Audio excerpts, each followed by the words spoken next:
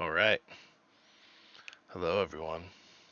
This is Brooke. I'm here to break down the page of The Great East of Eden. I'm going to be going through chapter 1. I'm going to assume or recommend that you read this before you come listen to me.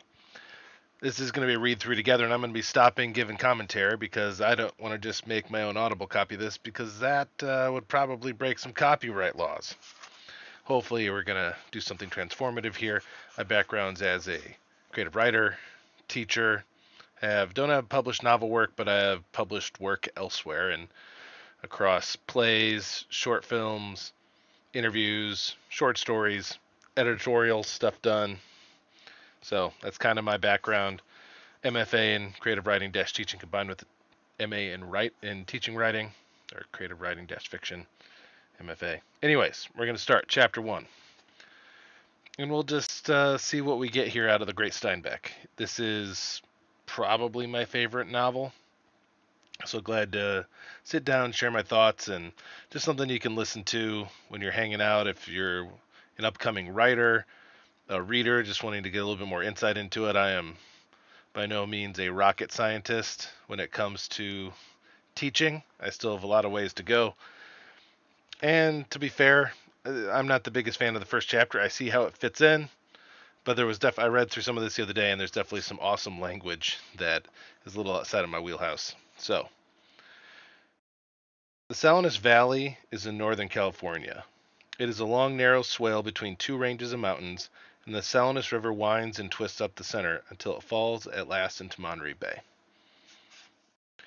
So, right here at the beginning, I'm more of someone who wants to. We're not really getting into a scene, we're getting background, which is more of what I go for when I start chapter sections. However, I tend to just go in and start with characters. And here, he's slowed down to the point of, hey guys, I'm going to describe this area. And for the rest of the chapter, I don't think we get any characters. We just get what would be considered a model telling, or to an extent, of how it happens. This is how it happens in the Salinas Valley. We're going to get the seasons. We're going to get this, which is, I take it as like a larger metaphor for seasons of life. And this is just what, he's setting up what the people of the world of the Salinas Valley experience and go through. So we have that before he's just kind of setting up expectation of what's going to happen later in the story.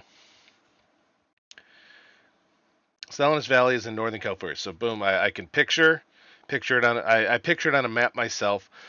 Be aware of what you picture in your mind while you're hearing it, because you could also, if you've been there, you might picture a particular location, you might picture particular types of trees.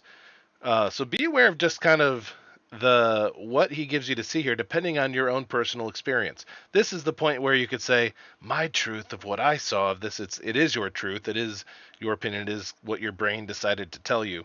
And that's one of the coolest things about writing, in that we can interpret things however way we want. And this is a very broad stroke that he's just starting with here in the first chapter, as opposed to, say, Moby Dick, where it's like, call me Ishmael, right? Let's think about the first lines of other novels.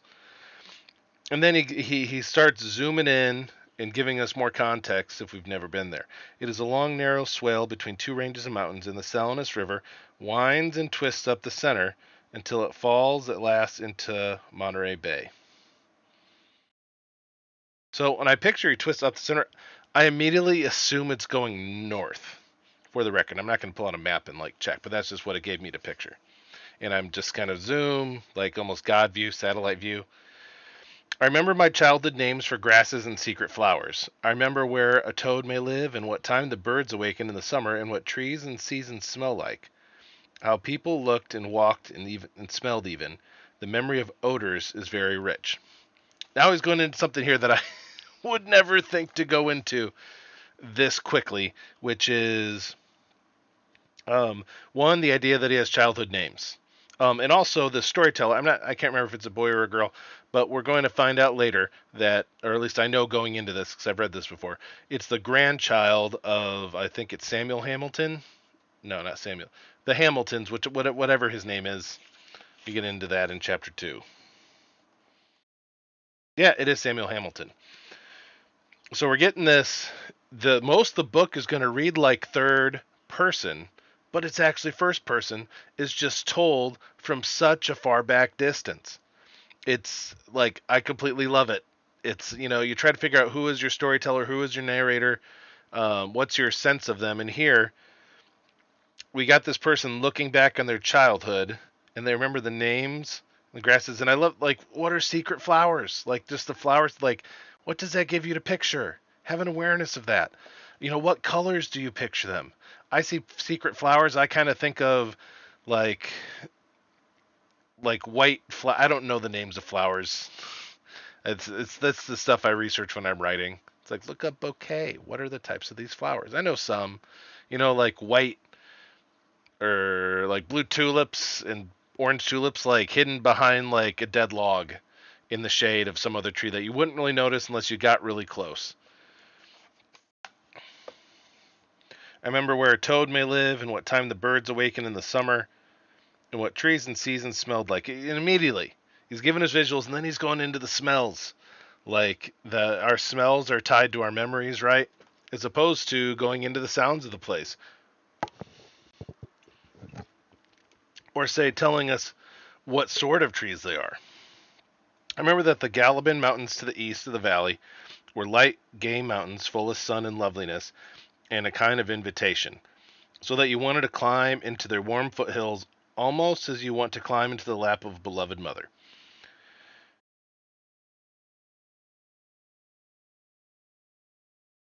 I love that we don't get a like or an. I guess we get an as here, as you want to climb into the lap of a beloved mother. Like this is just not the way that I think when I sit down to write, and maybe it is just it's not the sense that I have when I sit down.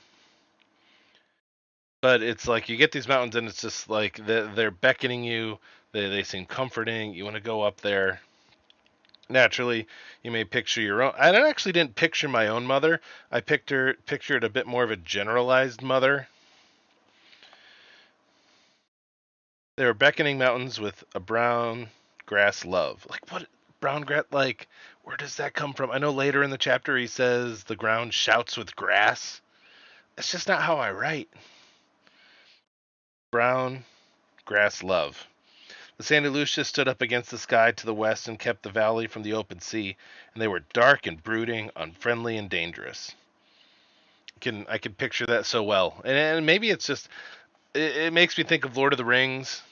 And I know it's kind of sad I'm going to like film, but I haven't seen mountains quite at this distance in quite some time. I've been through West Virginia, lived in Appalachia for a few years, but even think about versus Yellowstone, it's like you see them so far more so in the distance. Makes me think of Lord of the Rings when they're all like climbing the mountain. Sauron's up there like casting this snow blizzard thing. I always found in myself a dread of the West and love of the East. Where I where I ever got such an idea I cannot say, unless it could be that the morning came over the peaks of the Galabans and the night drifted back from the ridges of Santa Lucius. It may be the birth and death of the day had some part in my feeling about the two range of mountains. We're getting so much the internal impact that this location has on the storyteller as they grew up. Just that sense and feeling that they had towards just these two locations, just the cardinal directions that they have, and I'm processing. So this is supposed to be the story supposed to take place in the east of Eden. So I would think that if you were going to put this within the mountain ranges, it would physically be um, so the issue is that the good mountains are to the east. And so if we're east of Eden, that would put us outside of the Salinas Valley. So obviously it's a metaphorical title. It doesn't quite work with the geological setup here. In east of Eden, you probably know, is the place where Cain and Abel murdered each other. That's where Adam and Eve were kicked out of Eden.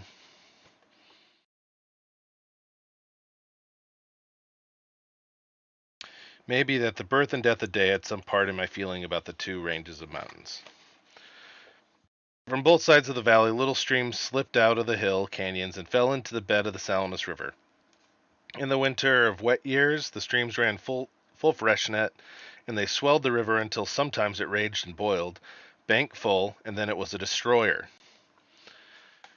He brings these things to life so well. It's just he's just talking about the mountains, the river, and they have their own personalities and they change with the seasons. They're just like people. People go through emotional changes and get mad, get sad, whatever, filled with rage. And here we see it with this river. The river tore the edges of the farmlands and washed whole acres down. It toppled barns and houses into itself to go floating and bobbing away. It trapped cows and pigs and sheep and drowned them in its muddy brown water and carried them to the sea.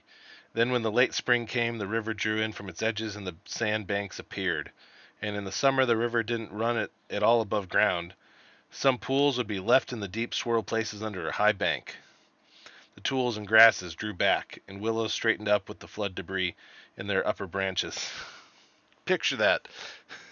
You got the sandbanks going all the way up. You got little pools of water. The river's no longer there, but you got debris in the branches of the trees.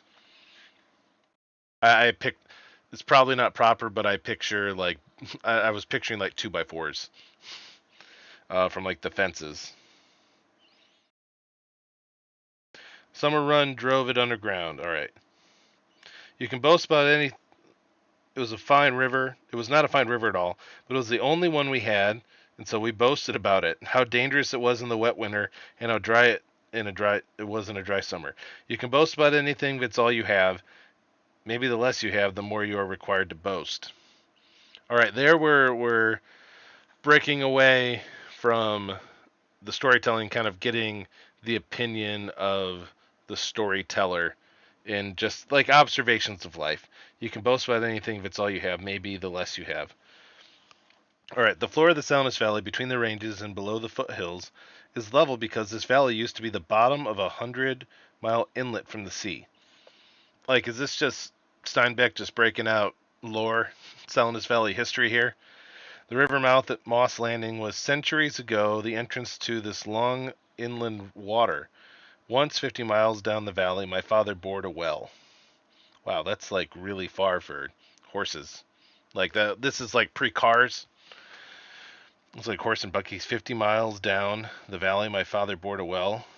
The drill came up first with topsoil and then with gravel, and then with white sea sand full of shells and even pieces of whalebone. There were 20 feet of sand and then black earth again, and even a piece of redwood, that imperishable wood that does not rot. We get redwood, and then he's just like, I'm going to just add a little bit more detail onto that, all right? So,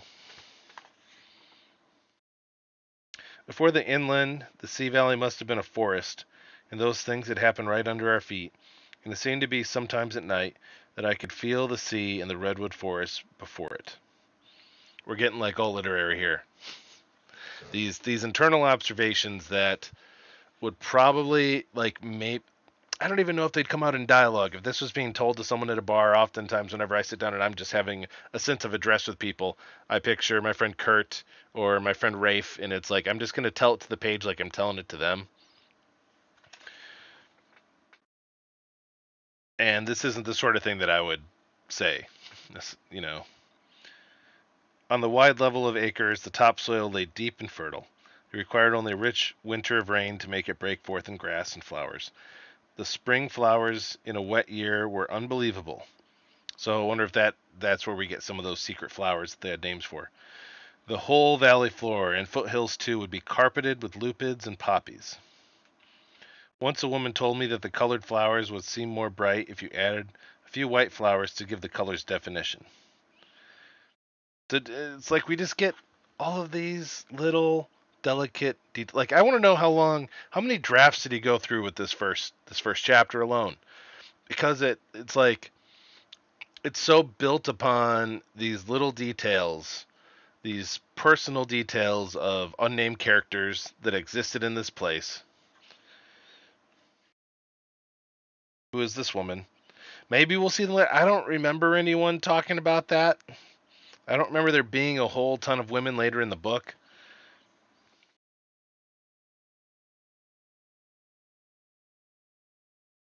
Every petal of blue lupin is edged with white, so that a field of lupins is more blue than you can imagine.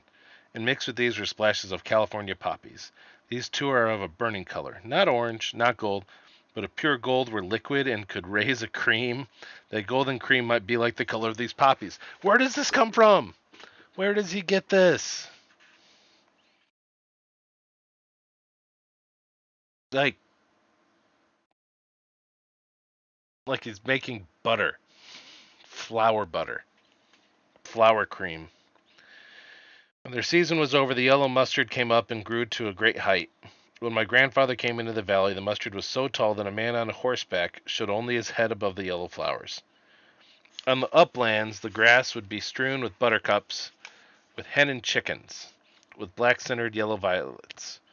And a little later in the season, there would be red and yellow stands of Indian paintbrush. These were the flowers of the open places exposed to the sun. Under the live oak, shaded and dusky, the maiden flower flourished and gave a good smell. We're going back to those smells. And under the mossy banks of the water courses, whole clumps of five-fingered ferns and goldy backs hung down. Then there were barbels, tiny lanterns, cream white and almost sinful looking. And these were so rare and magical that a child finding one felt singled out and special all day long.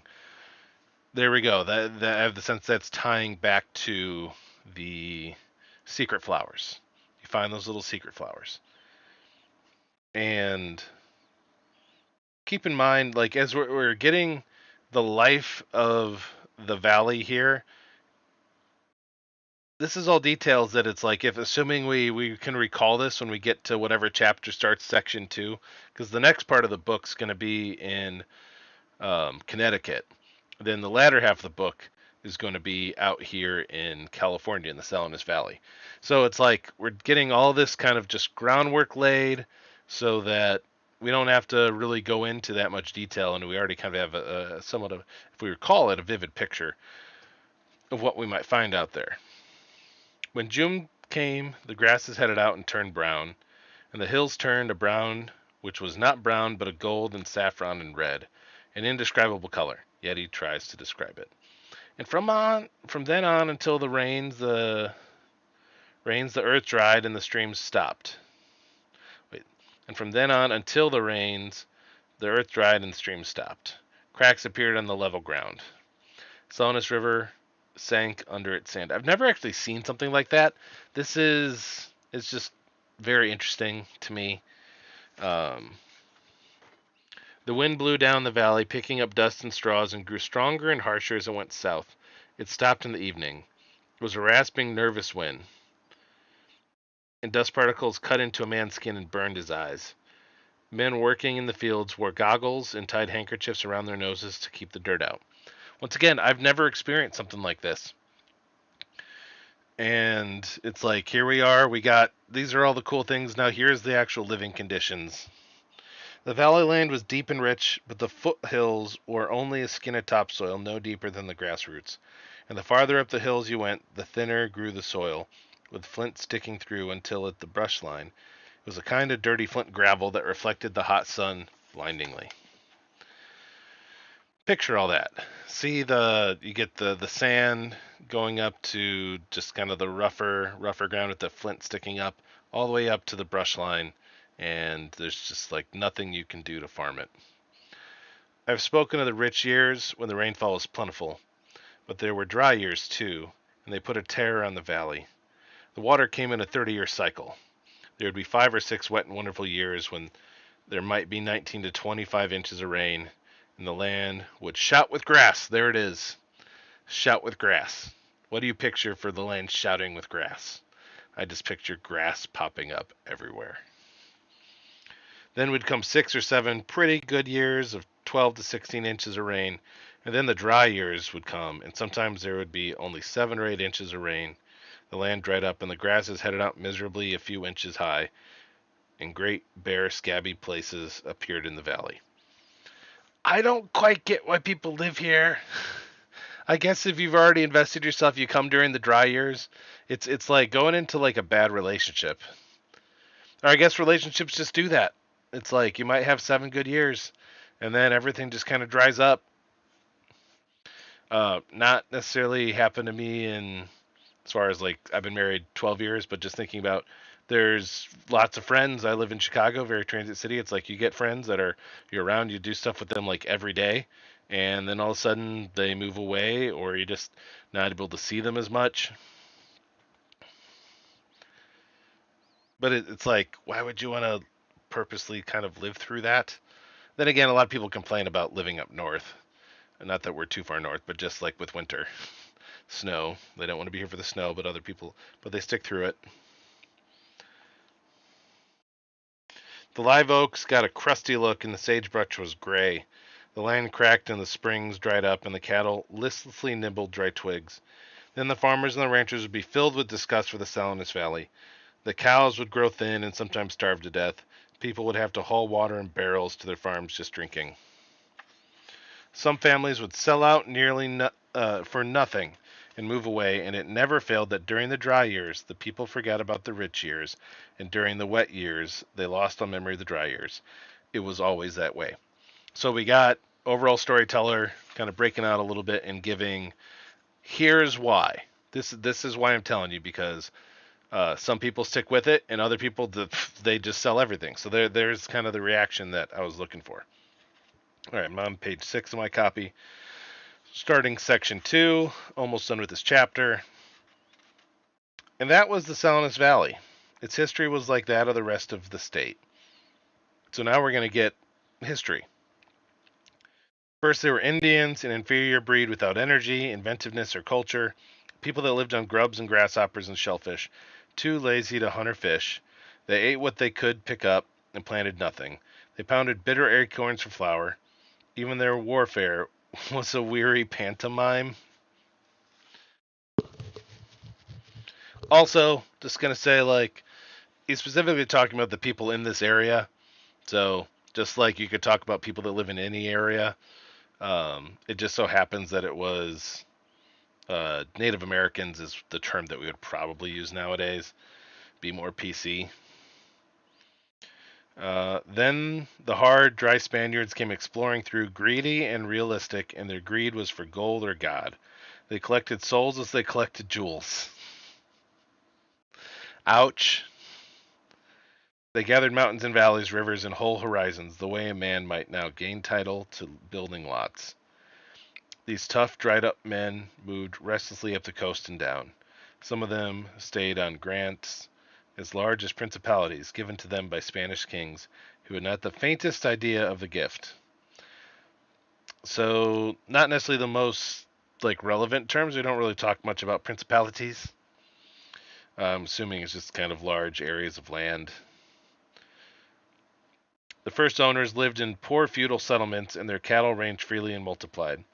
Periodically, the owners killed the cattle for their hides and tallow, and left the meat to the vultures and left their meat to the vultures and coyotes. Wow, what a bunch of jerks! When the Spaniards came, they had to give everything they saw a name. This is the first duty of any explorer, a duty and a privilege. You must name a thing before you can note it on your hand-drawn map. Of course, they were religious people, and the men who could read and write, who kept the record and drew the maps, were the tough, untiring priests who traveled with the soldiers. Thus, the name of places were saints' names or religious holidays celebrated at stopping places.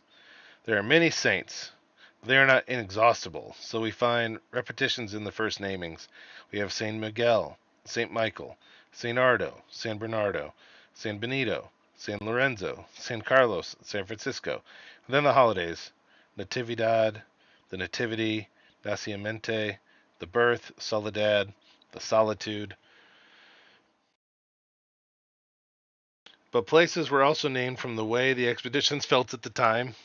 Buena Esperanza, which is Good Hope. Buena Vista, because the view is beautiful. The Chular, because it was pretty. The descriptive names followed: Paso de los Robes, because of the oak trees. Los Laurels, for the laurels. Tulorcitos, because of the reeds and the swamp. And Salinas, for the alkali, which was white as salt. So, we get all of this history of the people. Here, who was here? What were they doing? They need to name stuff because they're making maps, and now we get the reason why the Salinas Valley got its name. Then places were named for animals, the birds, Galibanes for the hawks, which flew in those mountains. I think that might be the name of the local town. Topo for the mole, Los Gatos for the wildcats. The suggestion sometimes came from the nature of the place itself. Tessahara, a cup and saucer. Laguna, Sica, a dry lake. Curl de Tierra for the fence of earth. Paraíso, because it was like heaven. I guess that's kind of coming out of like paradise. Then the Americans came, more greedy because there were more of them. They took the lands, remade the laws to make their titles good, and farmholds spread over the land, first in the valleys and then up the foothill slopes. Small wooden houses roofed with redwood shakes, corrals of split poles. Wherever a trickle of water came out of the ground, a house sprang up and a family began to grow and multiply. Cuttings of red geraniums and rose bushes were planted in the dooryards. Wheel tracks of buckboards replaced the trails, and fields of corn and barley and wheat squared out the yellow mustard.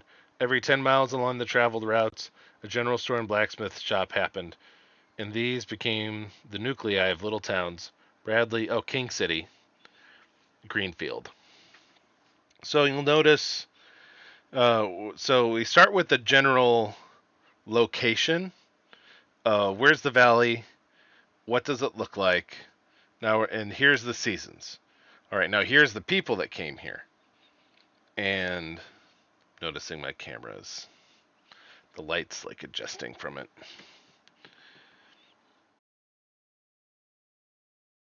We got the Spaniards, and now we're getting where we're slowly drawing in a map and going into more detail. We get the very broad sense of the map, and then we start kind of moving through the map, giving detail. We got the river. We focus on the river, and it's multiple maps actually. It's like here's the spring, summer, fall map. As we see the river widen and get smaller depending on the seasons, we get the ground. We're kind of filling it in. We get elevation. Then we're getting the older versions of the map of what the map would kind of look like for the Native Americans. Then we get the map of what the Spanish kind of would have seen. Why did this? And they're slowly naming stuff on the map across California. And now we're zooming, and all of a sudden, boom, we got the Americans are here, and we're seeing how they're filling out the map and how they're adding more detail and nuance to their homes and the towns. The Americans had a greater tendency to name places for people than the Spanish. After the valleys were settled, the names of places refer more to things which happened there, and these to me are the most fascinating of all names because each name suggests a story that has been forgotten. I think Bolso Nueve, a new purse, Mora Joyo, a lame Moor. Who was he and how did he get there? Wild Horse Canyon and Mustang Grade and Shirttail Canyon. The names of places carry a charge of the people who name them. Reverent and irrelevant, descriptive, either poetic or disparaging. You can name San Lorenzo, but Shirttail Canyon or the Lame Moor is something quite different. The wind whistled over the settlements in the afternoon, and the farmers began to set out mile-long windbreaks of eucalyptus to keep the plowed topsoil from blowing away. And this is about the way that Salinas Valley was when my grandfather brought his wife and settled in the foothills to the east of King City. There we go. Chapter 1.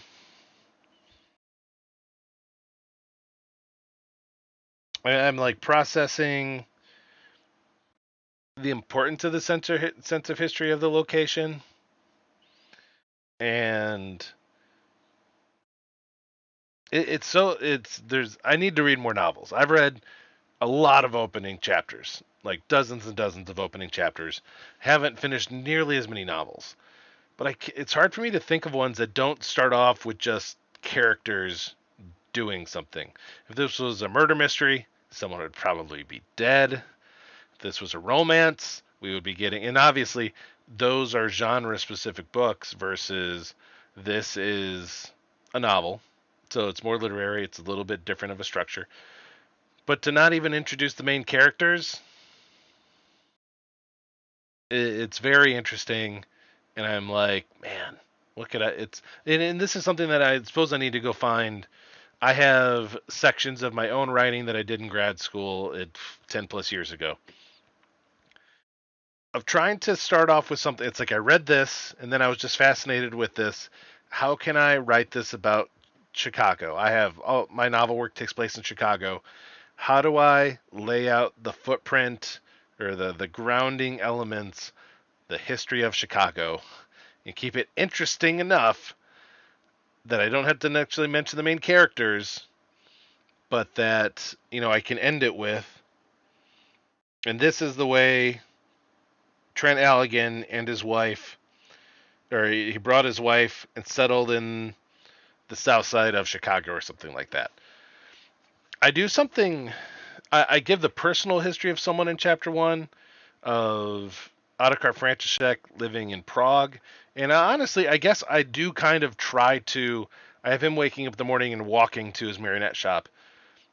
Currently, with what I'm rewriting and adding to that chapter, I am kind of doing something like this, but only a few paragraphs in comparison, and it kind of makes me want to like. And the book doesn't necessarily take place in Prague; it comes back to Prague. Suppose I could always just write a mock chapter and kind of see where it gets me, and if there's anything to take from it. Anyways, I've broken down the structure quite a bit while we were reading it. What do you get out of it? Feel free to reach out in the comments. I'm really kind of curious what your guys' thoughts. Are my observations too simple and generic? I'm just coming at this as like, what are the things that I can take away as a writer, which is going to be more structural, kind of more visual, descriptive things of like, oh, I don't really do that. That's so nice. I want to go steal that. Because that's what authors have done for thousands of years. You go look at how someone else tells a story and you steal some of those things. You make it your own, and slowly you're becoming an amalgamation of all the stuff that you've read. As you can see, I have graphic novels. I got cassette anime. I got novels over here. I got stuff all over my office, which pretty much all the graphic novels, anime, all that stuff's been read or watched. So, this is Brooke breaking down the page. Glad that you found me. You can check out or reach out to me through the other links in my descriptions. I will be adding more to the locals. Breaking down the page, .substack.com, .locals.com, and you can find me on Twitter.